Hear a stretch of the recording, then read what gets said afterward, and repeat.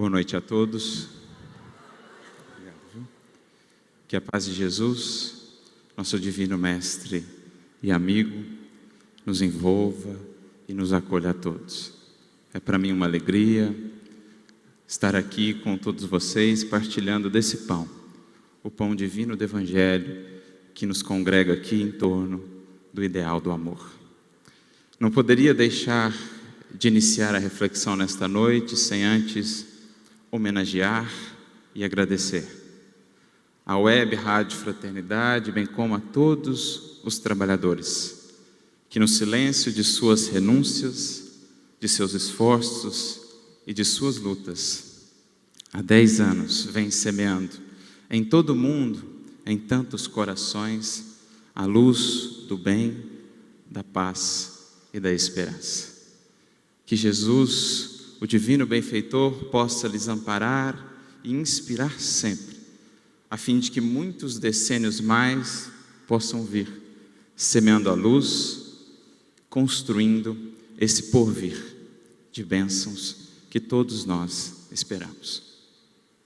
E o tema que nos coube hoje, glória a Deus nas alturas, paz na terra, boa vontade para com os homens, nos lembra talvez de um dos mais alegres momentos ou marcos da humanidade. Daquela noite, há mais de 2000 anos, em que as legiões angélicas anunciavam aos 4 cantos boas novas de grande alegria. Eis que aportava à terra o Salvador, Cristo Senhor, nascido na cidade de Davi. E seguindo a fala, estavam eles a conversar com os pastores que dormiam no campo. Trazem-nos essa que passou a ser como que uma frase de apresentação do cristianismo, uma frase de abertura. Glória a Deus nas alturas, paz na terra e boa vontade para com os homens. Algumas traduções serão um pouco diferentes, mas hoje usaremos essa, que nos apresenta essas 3 partes distintas, porque é Emmanuel quem vem nos ajudar a entender toda a profundidade da mensagem que ali está contida. Em uma mensagem sua, no livro Antologia Mediúnica do Natal, capítulo 49, intitulada Mensagem do Natal, Emmanuel vai comentar esse versículo e vai nos dizer: o cântico das legiões angélicas na noite divina expressa o programa do Pai acerca do apostolado que se reservaria ao mestre nascente. Em outras palavras, ali estava expressa a vontade ou a proposta do Criador para a atuação do Cristo no mundo. A mensagem ali estava resumida. É o que ele prossegue dizendo: o louvor celeste sintetiza em 3 enunciados pequeninos a plataforma do cristianismo inteiro. Olha que bonito isso. O cristianismo inteiro, em sua plataforma de renovação da humanidade, em sua plataforma de ação, está resumido nesse hino de louvor e de adoração que as legiões angélicas cantaram, expressaram naquela noite. Quando li essa frase, fiquei impressionado. E antes de ler o restante da mensagem, me pus a meditar. Como está aí resumido o cristianismo inteiro? O que representa essa espécie de bandeira, lema cristão, que foi colocado sabiamente pelo Criador logo no frontispício, digamos assim, do Evangelho, da tarefa de Jesus? Então a gente vai refletindo e vai pensando 3 frases 3 pequeninos enunciados: glória a Deus, paz na terra e boa vontade para com os homens. Parece-nos existir aqui uma escada, uma gradação ou 3 dimensões dos compromissos que nos cabem como cristãos.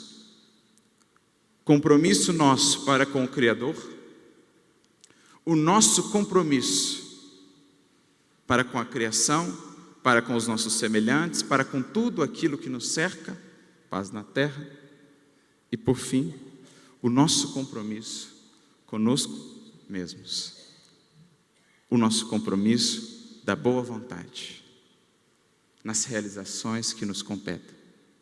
Temos aí definida a trindade sagrada do nosso compromisso cristão: o dever para com Deus, o dever para com o próximo, aqui representando o próximo, seres humanos e toda a criação, e o nosso dever para com o nosso próprio coração.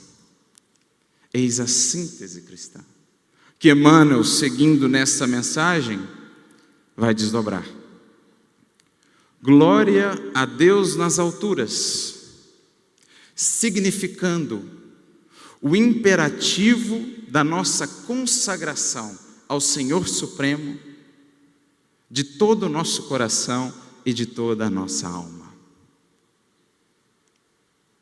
Eis o primeiro mandamento, aqui expresso em outras palavras, mas essencialmente a mesma ideia.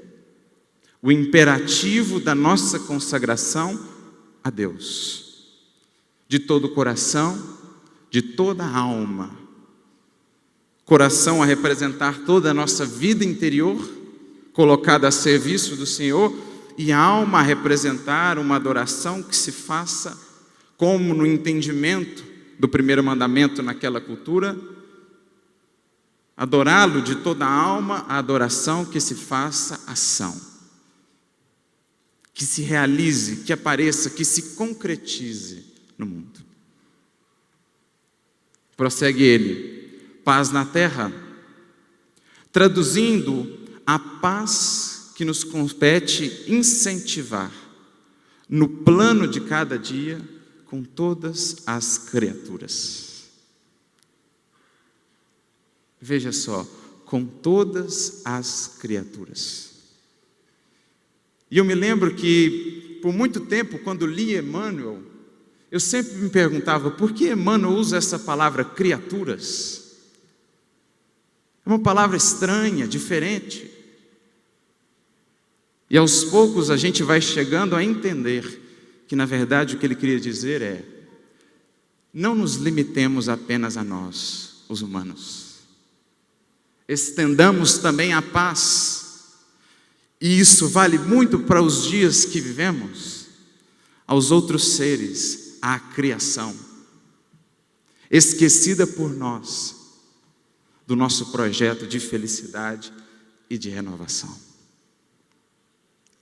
Então é paz para com todas as criaturas.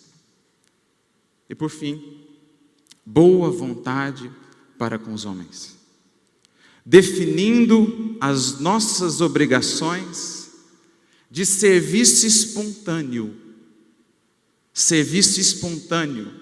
uns à frente dos outros no grande roteiro da humanidade. Serviço espontâneo, aquele que já é feito por livre e espontânea vontade, não por obrigação nem por coação, mas já é aquele coração que entendeu o compromisso que deve ter para com esse serviço espontâneo. Então aí está definida a síntese do cristianismo, como numa espécie de degrau. Veremos que sem um não alcançaremos ao outro, nem tampouco a outro ou terceiro. E naturalmente, a primeira das nossas obrigações será sempre para com nós mesmos. Sem buscarmos, portanto, primeiramente esse degrau, o da boa vontade, os outros compromissos nada mais serão do que ainda ilusão. se não houver de nossa parte já essa busca pela boa vontade.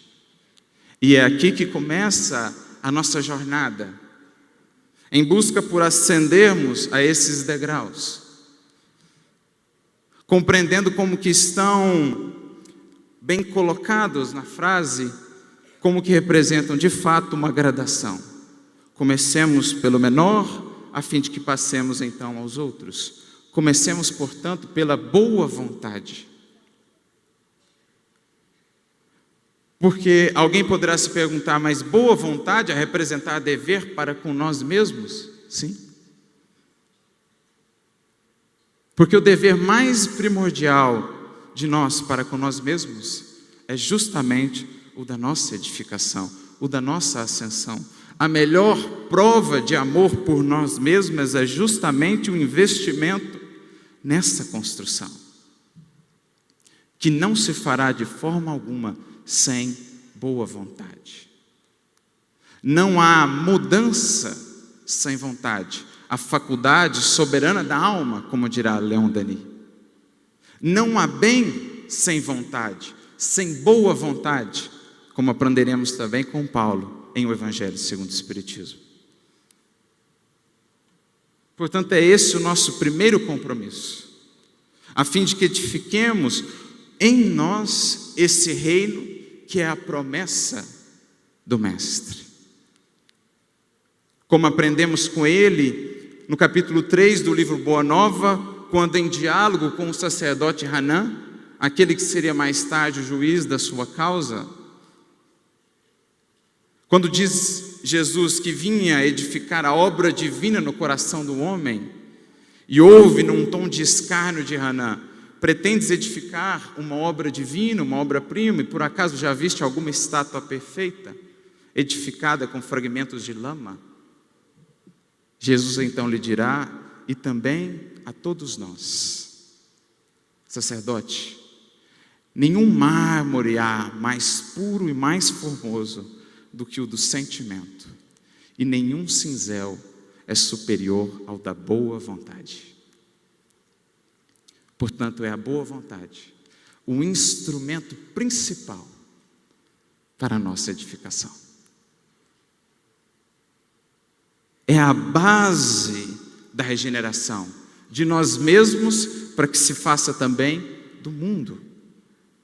E em especial, em tempos como o que vivemos, quanto não nos falta cultivar essa boa vontade.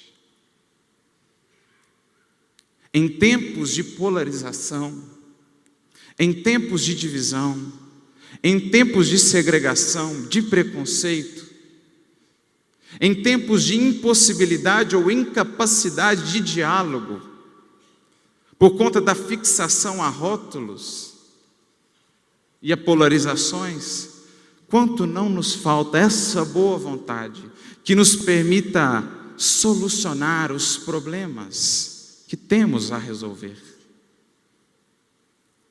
A boa vontade de compreender o outro, ainda que pense no extremo oposto.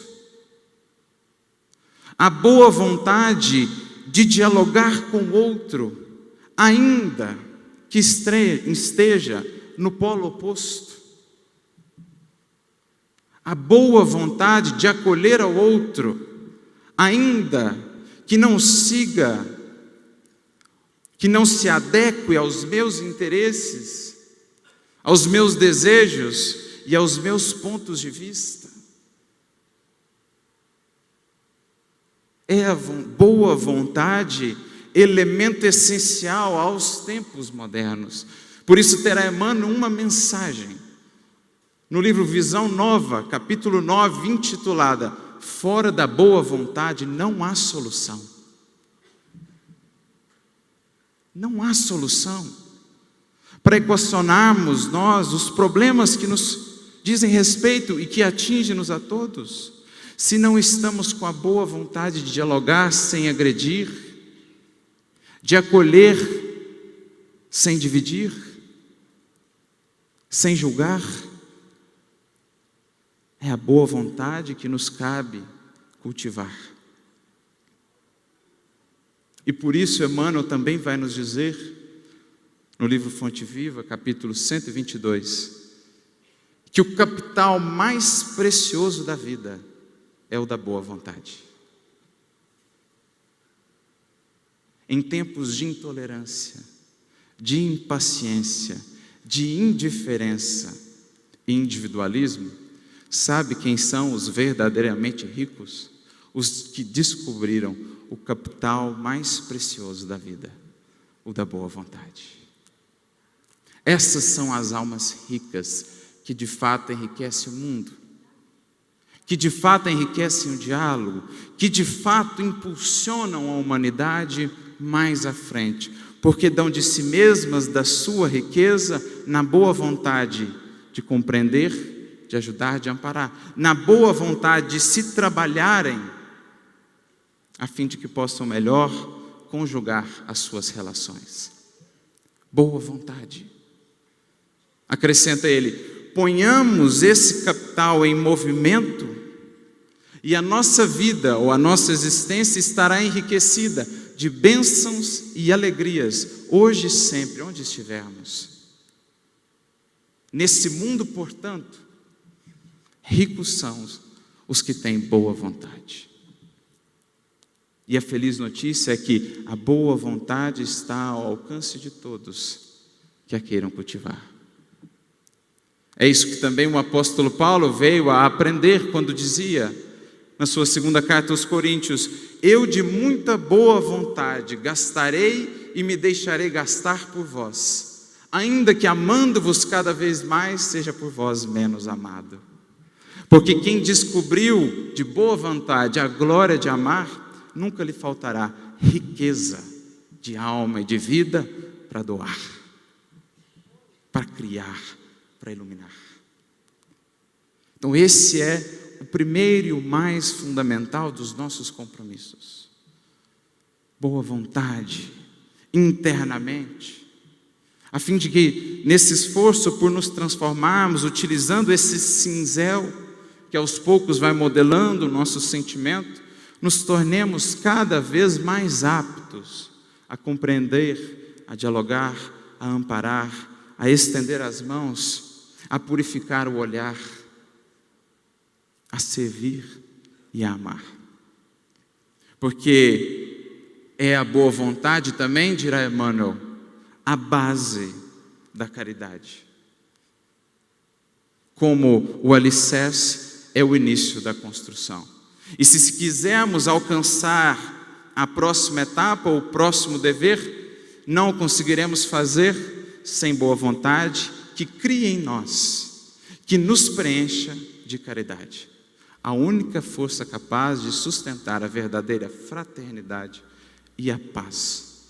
Primeiramente, na terra de nós mesmos, a fim de que depois ela possa se expressar no mundo, na terra. A boa vontade de ajustarmos o nosso coração, o nosso sentimento, para que sejamos capazes de acolher a paz.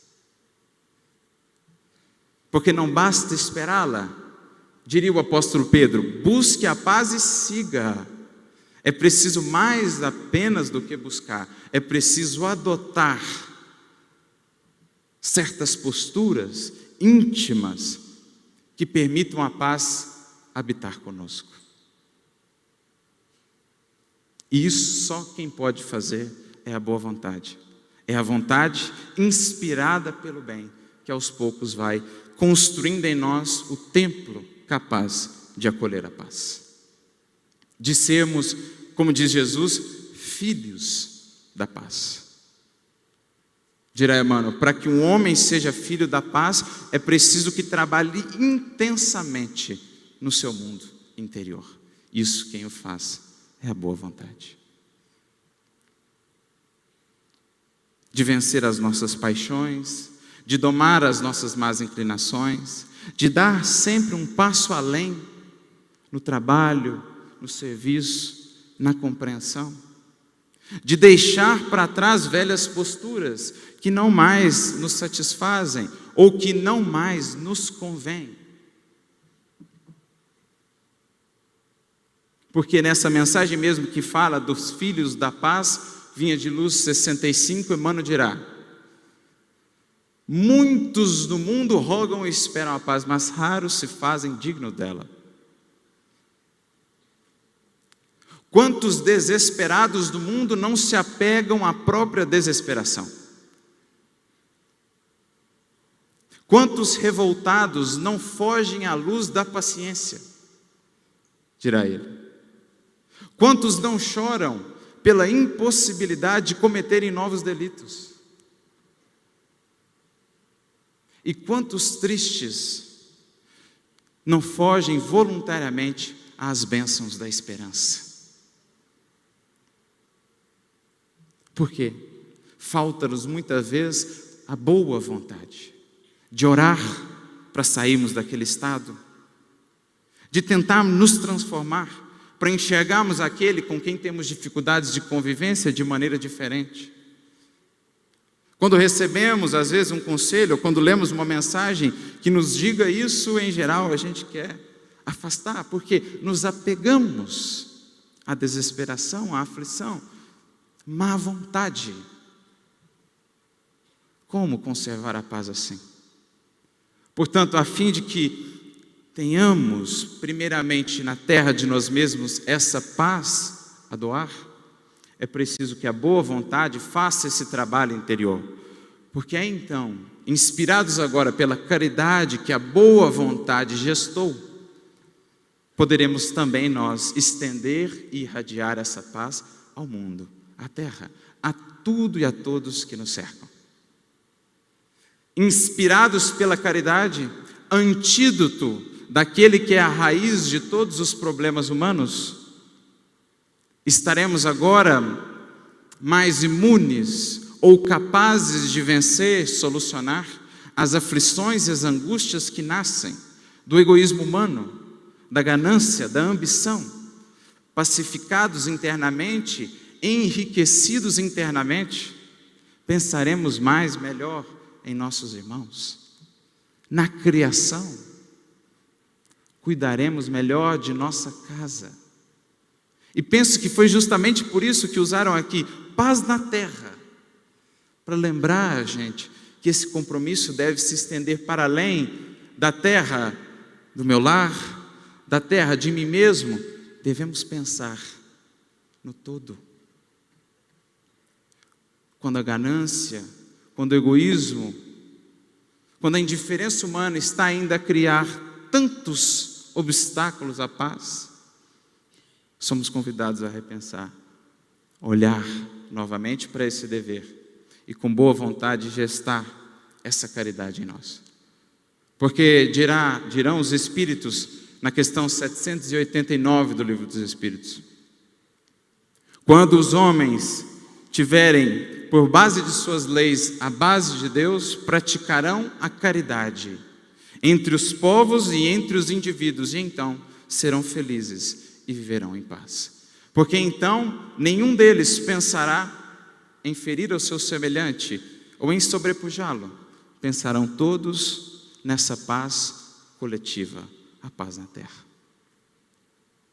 O que já nos faz pensar também que, para que alcancemos o terceiro degrau, preciso será que entendamos essa paz agora como um compromisso, a fim de que ela seja duradoura com as leis divinas.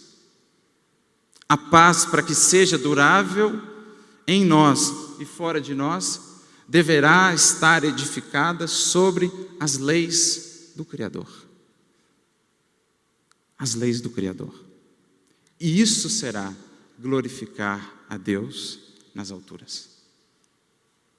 Fazer ou colocar como base das nossas relações, das nossas instituições, aquilo que em essência resume ou sintetiza a sua lei, a caridade.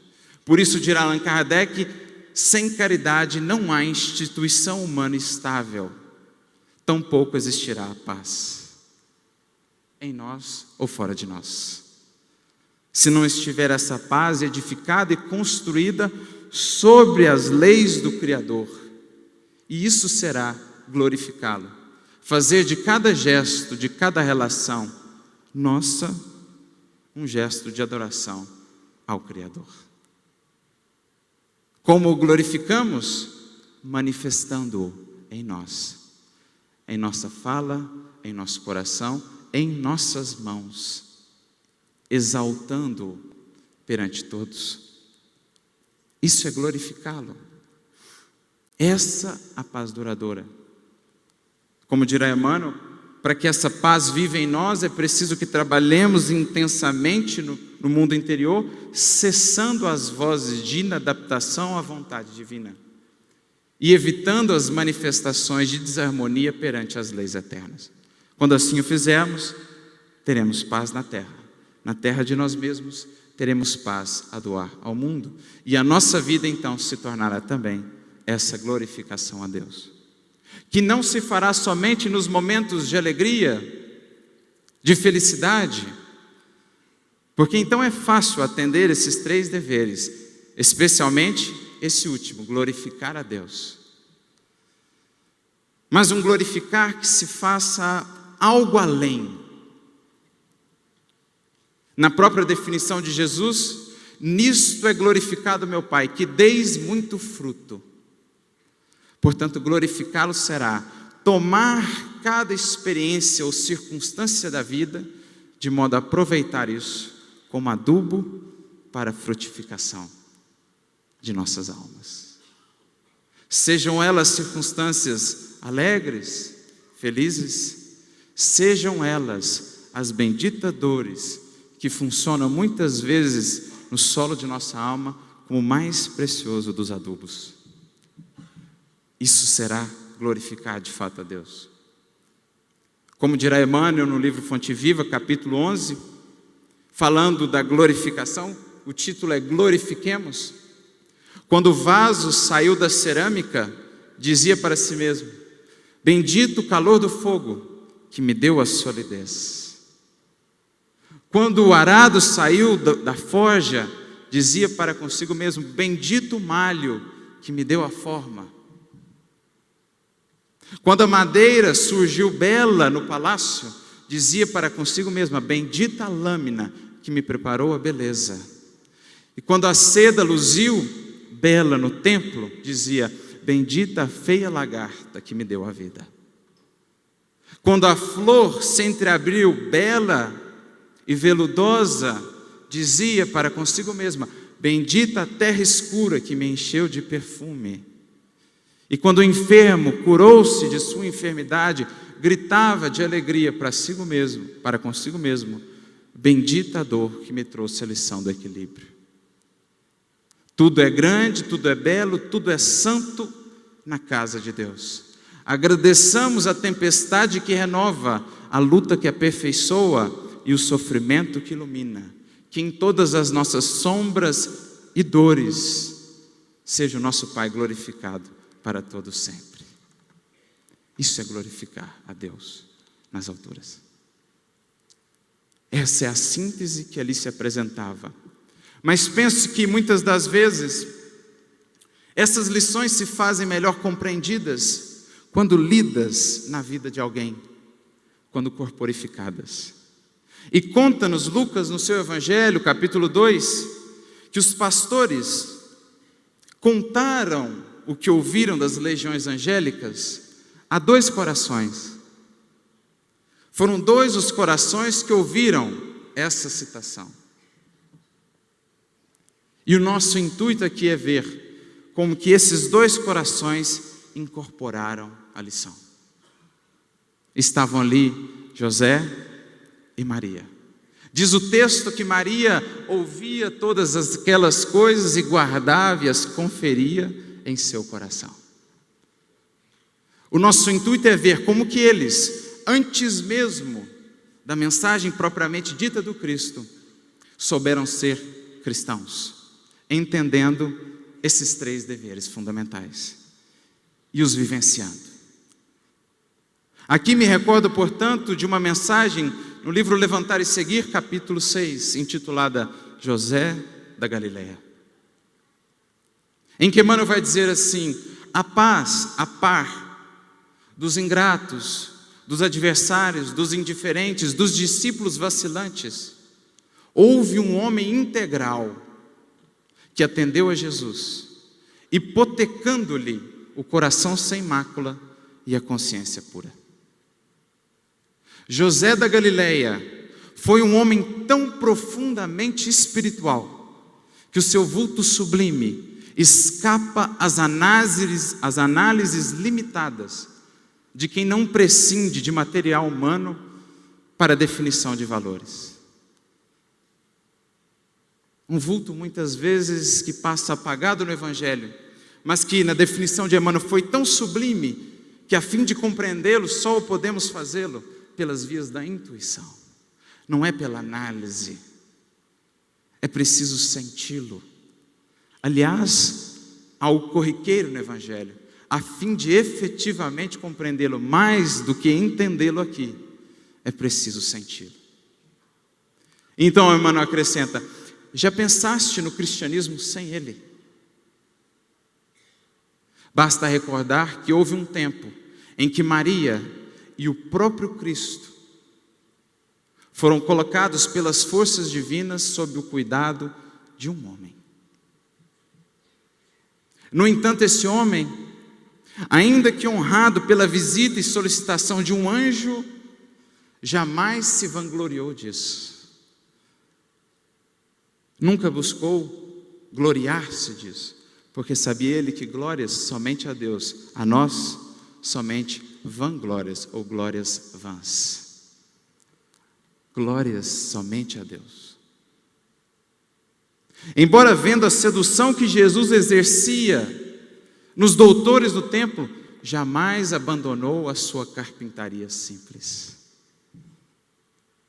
Não temos notícia dele senão atendendo às ordenações humanas, cumprindo o édito de César, ou as notícias que nos mostram ele no templo ou no lar, entre o trabalho e a adoração.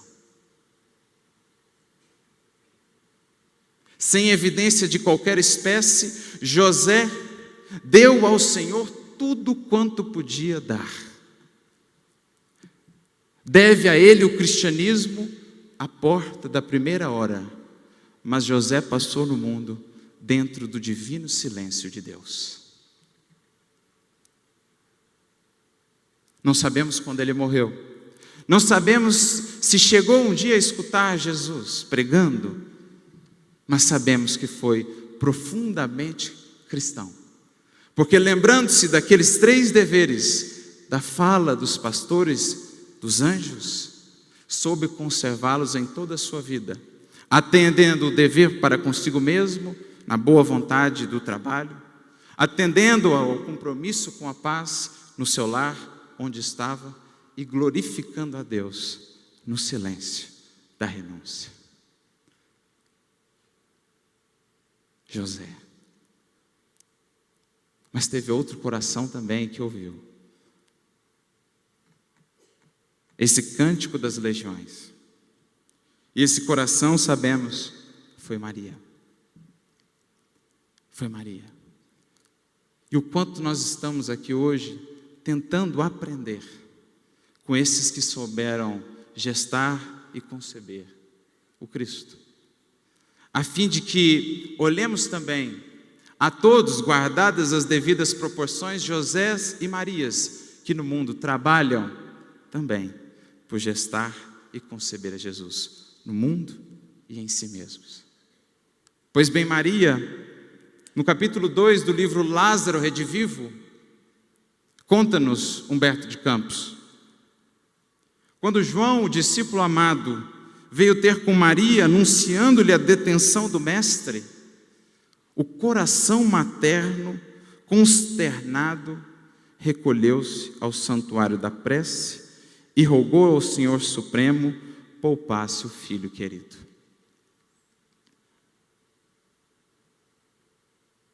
João vem trazer a notícia. Imaginemos daqui por diante o quadro que se desdobra nesse coração. O filho entregue.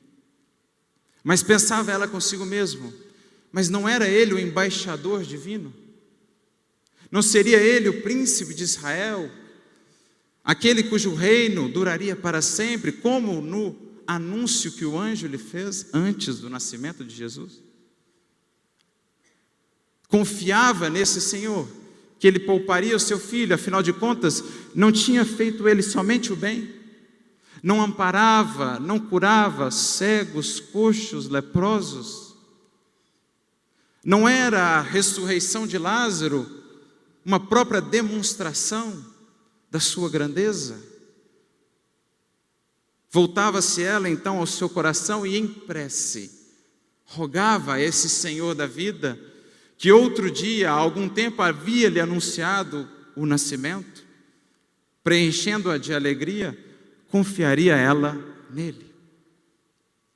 Mas eis que, passado um tempo, João volta e diz: Jesus havia sido agora encarcerado. O seu coração voltou-se às súplicas, e ela regressou à oração em pranto, implorando o favor do Pai Celestial. Confiaria nele. Desejava enfrentar a situação, fazer alguma coisa de maneira desassombrada, mas ela, pobre e humilde, o que podia diante dos poderosos da terra? Mas afinal, não contava ele com a proteção do céu? Certamente, em algum momento, o Senhor interviria e libertaria o seu filho tão amado. Recorre ela à prece, confiante, mas deseja vê-lo. Vai à rua então e intenta adentrar a prisão, mas é impedida pelos guardas. Volta para casa, volta à adoração. Noite alta, súplice, estava ela em oração ainda, entre a confiança e a angústia. Quando João volta, mais uma vez, ele diz: os sacerdotes haviam acusado seu filho. Ele estava sozinho. E Pôncio Pilatos, oscilando entre a lei e as exigências do povo, o havia enviado a Herodes Antipas, para que ele pudesse considerar o que fazer. Agora ela não resistiu. Ela precisava ver o seu filho. Ela precisava vê-lo. Veste com um manto simples e, amparada por Madalena, vai à rua em busca do filho amado. Sempre pensando consigo: por que não me atende ele? Se foi ele anunciado pelos próprios anjos, onde está o Senhor que não age? Não reverenciou sempre ele a lei? Não fez sempre o bem? Por que passar por isso? Eis então que ela se depara com um quadro, para um coração de mãe, aterrador.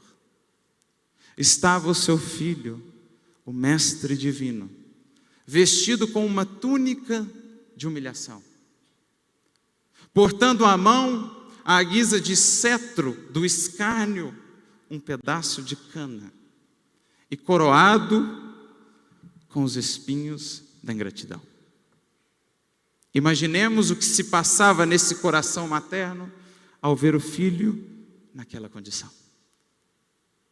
Tenta ela aproximar-se dele, tirá-lo dali, tirar aquela ferida sangrenta, tirar aquela coroa. Mas então vê que o filho, resignado e sereno, lhe lança o olhar mais significativo de toda a sua existência, a compelindo à confiança e à oração. Segue aquele cortejo, quando de repente a multidão estaca. Pôncio Pilatos iria falar, iria determinar. Num último gesto, numa última tentativa de salvar o mestre, propõe ele então à multidão: escolham Barrabás ou Jesus.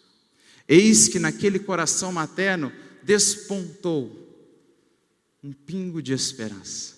Ora, estava agora nas mãos da multidão escolher. E a multidão devia muito ao seu filho. A multidão era muito grata ao seu filho. Mas eis que logo aquela esperança ela viu desvanecer. Quando a multidão disse: Barrabás, nós escolhemos, crucifica a Jesus. Ainda sem entender, marcado pela imensa dor, aquele coração materno, que havia guardado todas aquelas revelações, desde o dia feliz da anunciação, o dia do nascimento, a glória, o hino de adoração dos anjos, trazido pelos pastores, tudo aquilo guardado em seu coração, e ela vinha a pensar: como explicar? Acompanhava o seu filho naquele processo doloroso, intentava ajudá-lo, mas era impedida pelos guardas. E então, nesse momento angustioso, ela se lembra do grande patriarca Abraão, que, segundo a tradição, passou por algo similar quando teve de levar o seu filho Isaque ao sacrifício. Pensava ela consigo, ainda nutrindo as esperanças: acontecerá o mesmo. No último momento, como naquele caso, o Senhor intervirá. E Ele irá descer vitorioso do Calvário e poderá continuar a sua tarefa de amor. Mas eis que, desiludida mais uma vez em suas mais ternas e caras esperanças, ela o vê ser erguido à cruz entre os dois malfeitores. Ouve as últimas palavras de Jesus, recomendando-a a João, o discípulo. Ouve as últimas palavras de Jesus acerca do perdão, e vê então aquela cabeça pender, aqueles olhos sempre marcados por uma luz distinta se fecharem. Ainda sem entender, meditava ela no seu coração, quando de repente se lembrou. Desalentada, ferida, ouviu a voz do filho recomendando aos cuidados de João, o companheiro fiel. Registrou-lhe as palavras derradeiras, mas, quando a sublime cabeça pendeu inerte, ela então se lembrou. Em retrospecto maravilhoso, escutou a saudação do anjo antes do Natal. Aquele primeiro anjo que lhe anunciou: este será o Filho do Altíssimo. O seu reino não terá fim. Lembrou-se certamente também daquele hino de adoração. Sentiu agora que misteriosa força assenhoreava-se-lhe o espírito, que como que se pacificava. Sim, Jesus era o seu filho. Todavia, antes de tudo, era o mensageiro de Deus. Ela possuía desejos humanos, mas o Supremo Senhor guardava eternos e insondáveis desígnios. O carinho materno poderia sofrer, contudo a vontade celeste regozijava-se. Poderia haver lágrimas em seus olhos, mas brilhariam festas de vitória no reino de Deus. Suplicara aparentemente em vão, porquanto certo o Todo-Poderoso atendera-lhe aos desígnios. Suplicara aparentemente em vão, porquanto certo o Todo-Poderoso atendera-lhe os rogos, não segundo os seus anseios de mãe, e sim segundo os seus planos divinos. Foi então que Maria, compreendendo a perfeição, a misericórdia e justiça da vontade do Pai, ajoelhou-se aos pés da cruz e, contemplando o filho morto, repetiu as afirmações inesquecíveis: Senhor, eis aqui a tua serva, cumpra-se em mim segundo a tua palavra.